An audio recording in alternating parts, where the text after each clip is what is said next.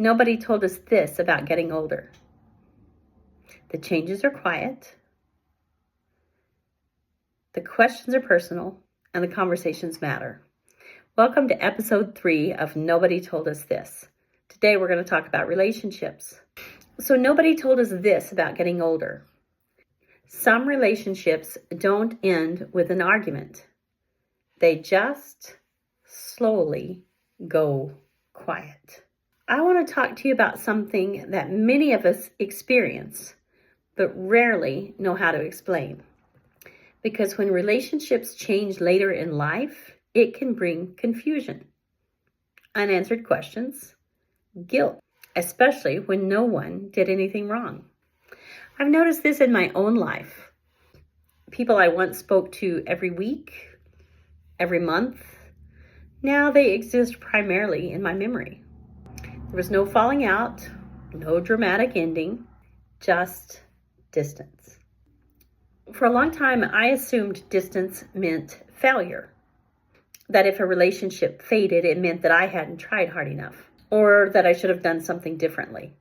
Nobody tells you how heavy that assumption can feel. But here's what I've come to understand. Some relationships are built for who you were, not for who you're becoming. They served a season, a chapter. Letting go doesn't mean you don't care. It doesn't erase the history.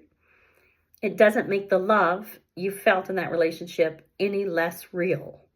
It simply means both people have grown, sometimes in different directions. Nobody told us this. Not everyone who walks with you needs to walk with you forever. As we get older, our energy becomes more precious. We become more selective, not because we're closed off, but because we finally understand what drains us and what nourishes us. That isn't selfish. That is wisdom. If you've noticed certain relationships fading and wondered, should I reach out or should I just let it rest? I want you to hear this clearly. There is no moral failure in choosing peace. This is part of what this series is about. Naming the changes that occur after 50.